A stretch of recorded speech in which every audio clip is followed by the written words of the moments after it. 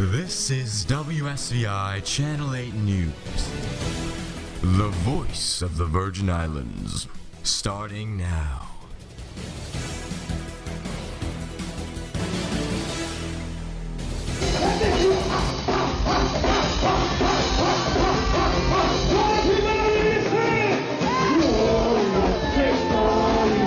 News Channel 8, brought to you in the Virgin Islands by Omega XL. And I ordered this thing and I got it, and I'm pain-free, and it's all because of Omega XL. This is News Channel 8. This is News Channel 8. Here is the latest from the Channel 8 Tropical Weather Center. The National Hurricane Center in Miami is now focusing some attention on two particular storms in the Atlantic right now. A tropical wave located over the central tropical Atlantic is producing disorganized thunderstorm activity and strong gusty winds to near gale force winds in the northern portion of the wave. The Hurricane Center says upper-level winds are expected to be only marginally conducive for the development to occur in the next few days, while the system moves westward at about 15 miles per hour. By late Wednesday, as the disturbance approaches the southern Lesser Antilles, upper-level winds are forecast to become more hostile for any significant development to occur. There's also now a vigorous tropical wave accompanied by a well-defined low-pressure system that's just emerged over the eastern tropical Atlantic Ocean just west of the coast of Guinea-Bissau. Showers and thunderstorms are beginning to show signs of organization, and environmental conditions are expected to be conducive for the development of a tropical depression during the next few days. Strong upper-level winds should prevent any significant development by midweek.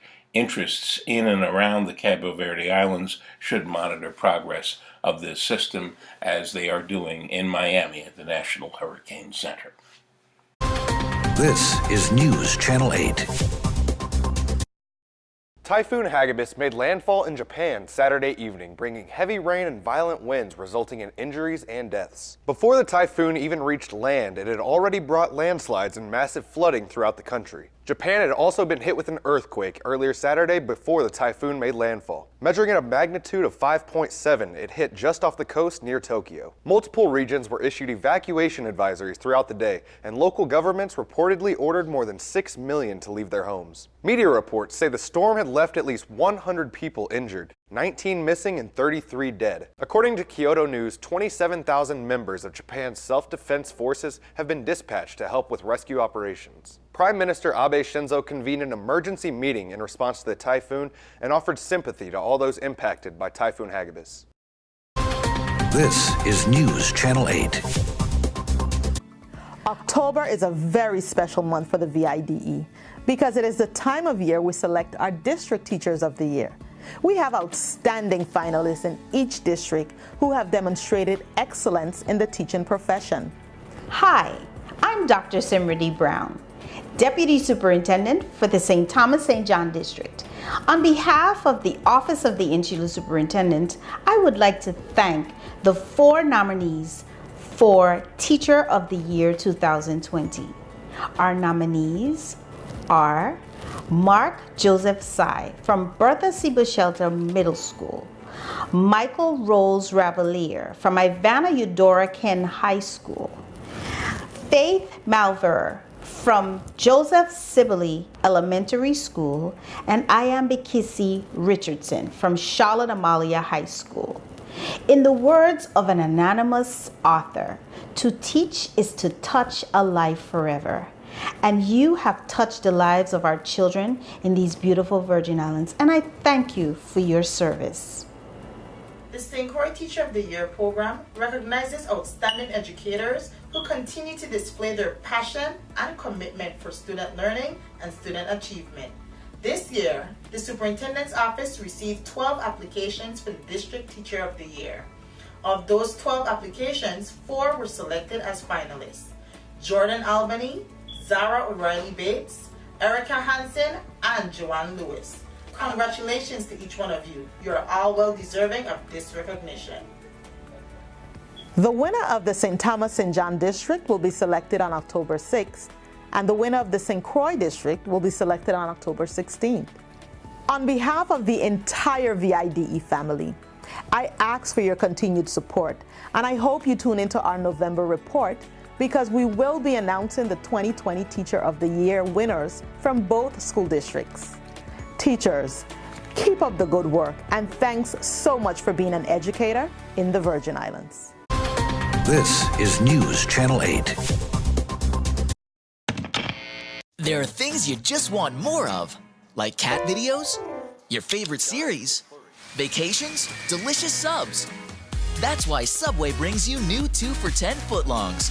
Choose between 5 of our most satisfying, melty, and crave-worthy signature sub favorites. Get more of what you love. Every day from 4 p.m., come in for 2 for $10 footlongs.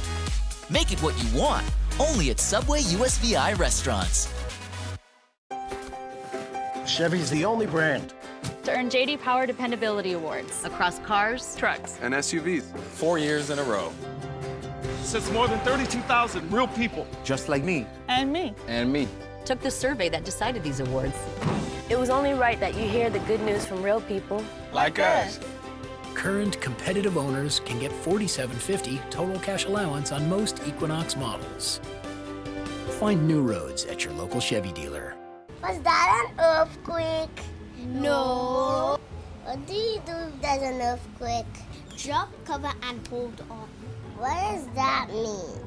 You drop to the ground, take cover underneath a sturdy table or desk, and hold on until the shaking stops. What if there's no table or desk? Stay away from the walls, windows, and doorways. Use your hands to cover your head and face, and crouch in a corner of the building. But what if you're outside? Go to an open space away from buildings, trees, street lights, and utility wires. Blended for the way we live our active lives. All natural, no side effects.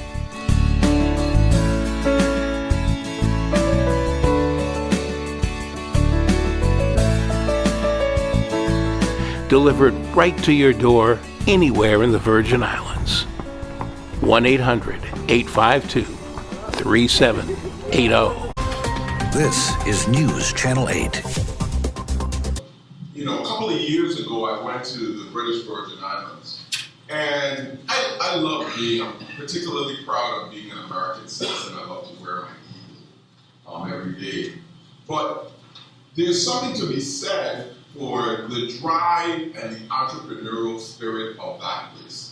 I went there and everybody owned their own business. Everybody, the local people, every single one of them had their own business.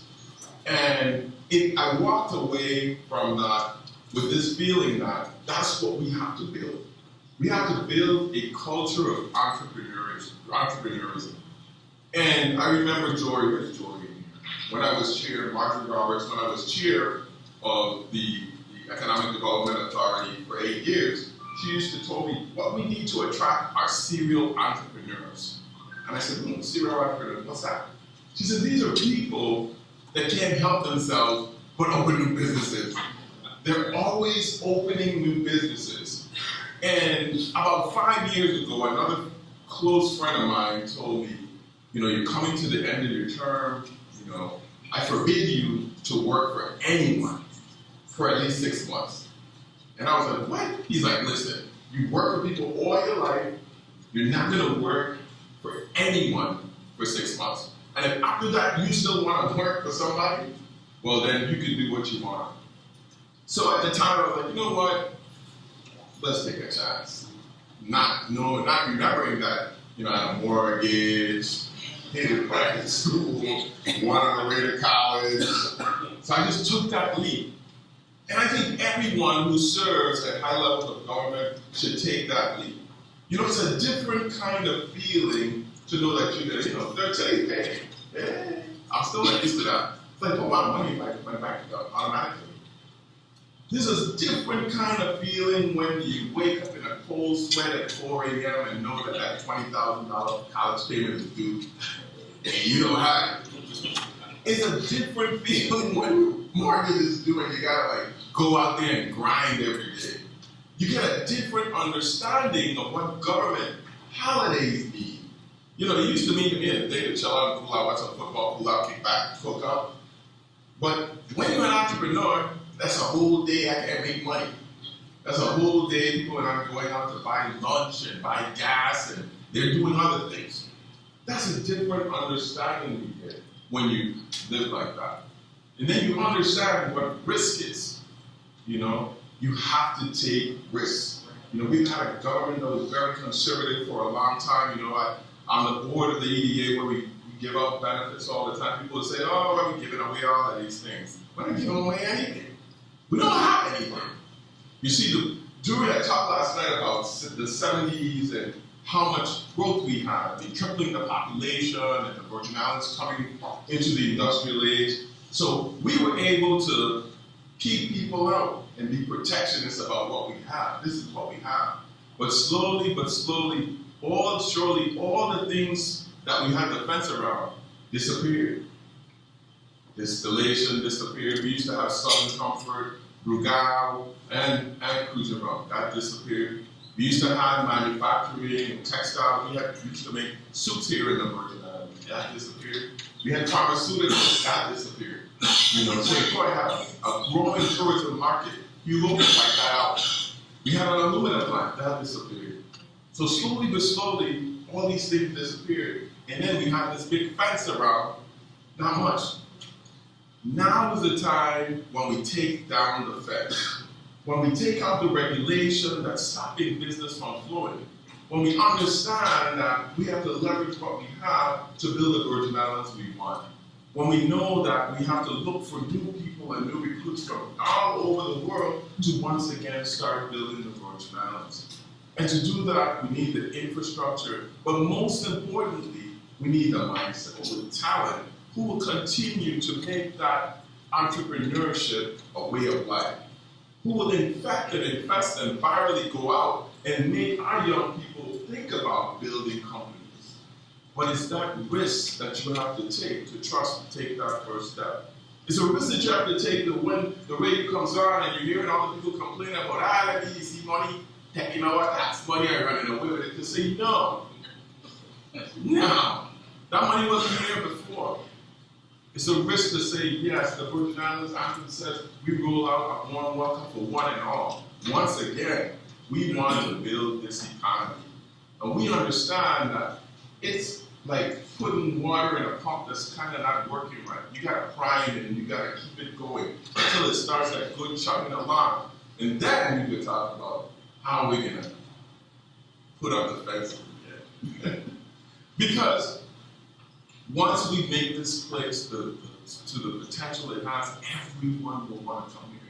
So I'm working hard with the legislature to look at our regulations about what it takes to get a business license and knock away all of those restrictions. I'm looking at the CCM process and how we take out steps that are no longer necessary. How do we replicate in the EDC the same process we have in the RT Park that's allowing them to grow over 300% within the last couple of years alone? And that growth will continue. How do we attract new capital and make people comfortable investing their money? Because from one administration to the next, you're going to have a culture now that says we want our leadership to be pro-business and do the things that will continue to make the islands grow. That's the kind of change course that I ran for governor of the Virgin Islands.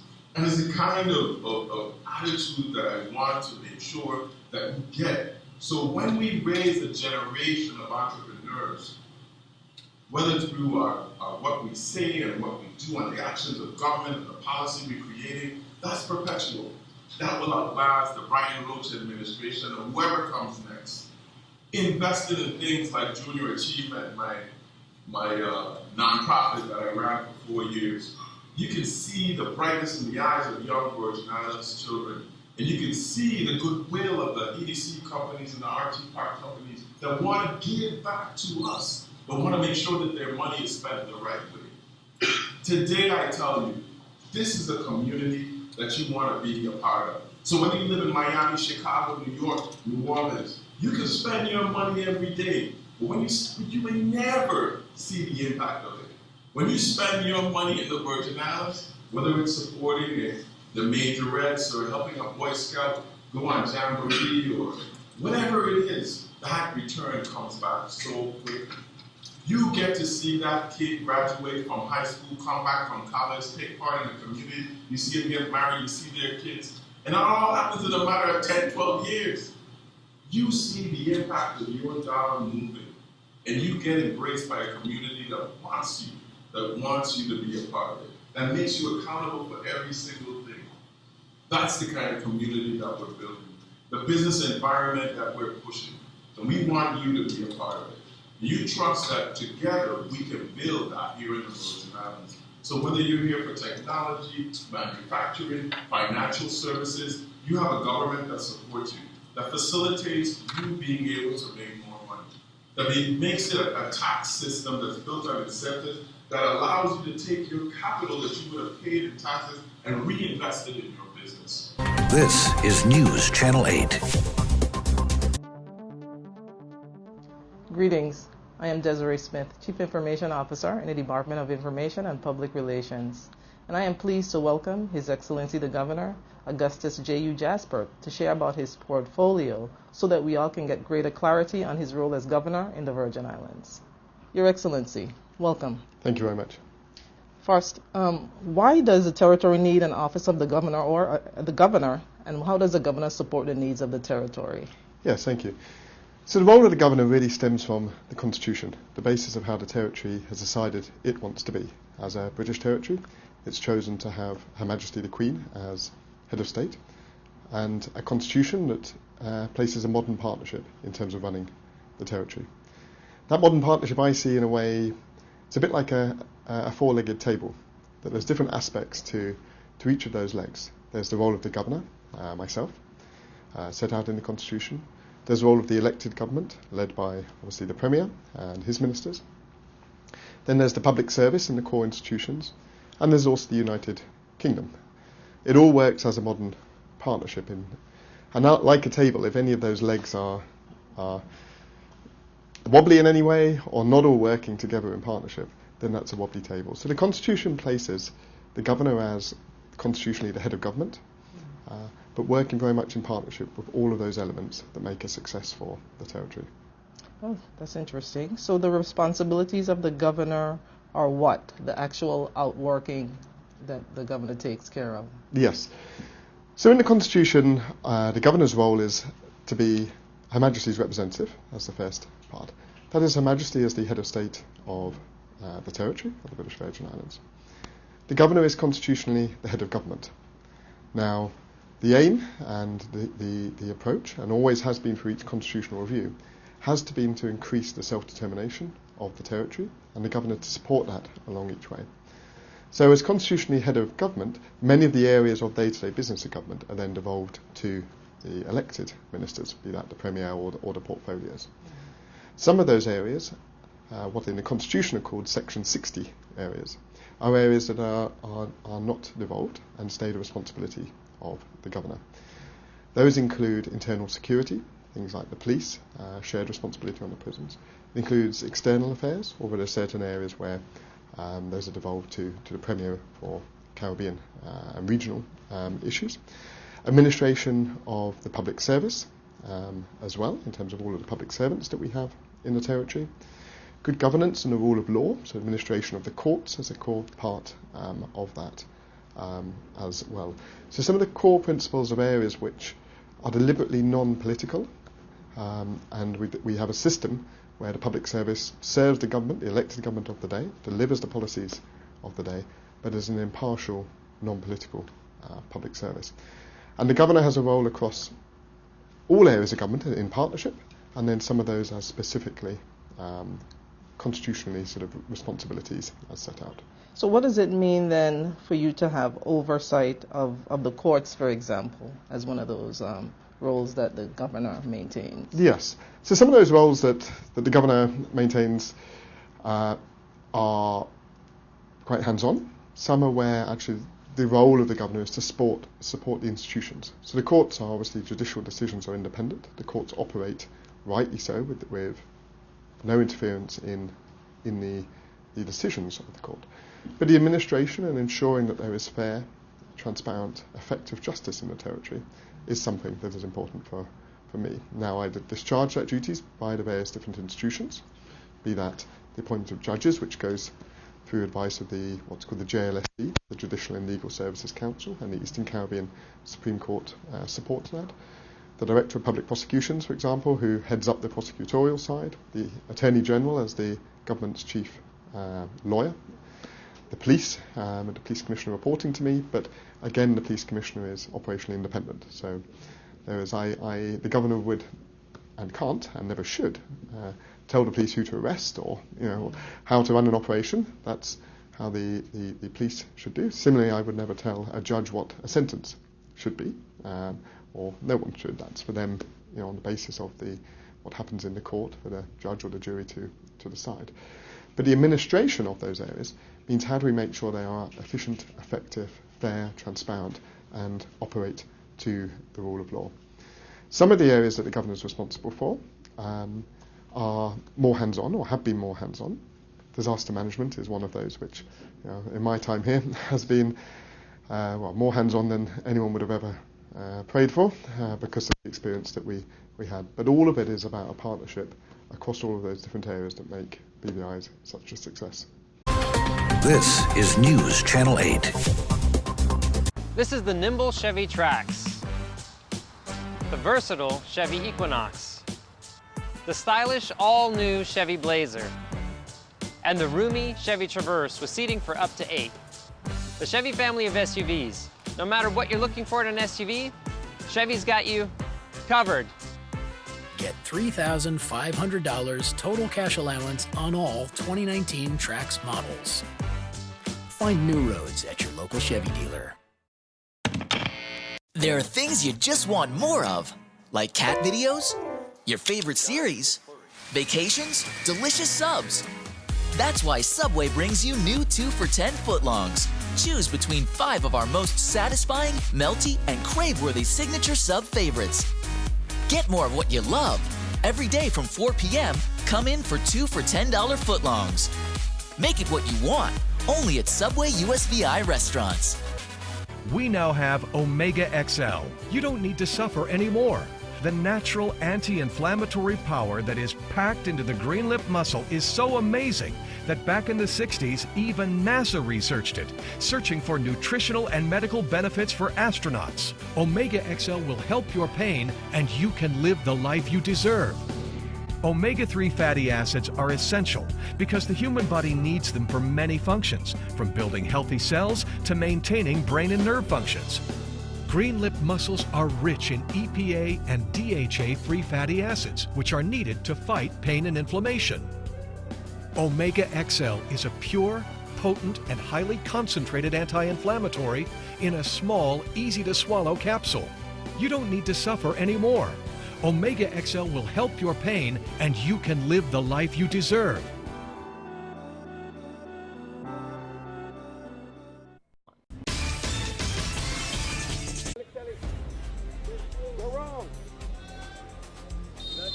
And there's the whistle.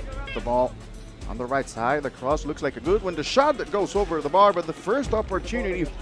Recovery for Barbados. The shot that hits the post. What an opportunity. The Barbados couldn't take advantage, so intensity comes up. James Mack with the left-footed shot that goes wide. What an opportunity. Nice. Here's Leacock. Takes the right-footed shot that goes wide. There's the whistle. What a player. First opportunity of the second half. The cross to the back post. The header! And Lionel Brown. 55th minute. Shot! Goal! Goal!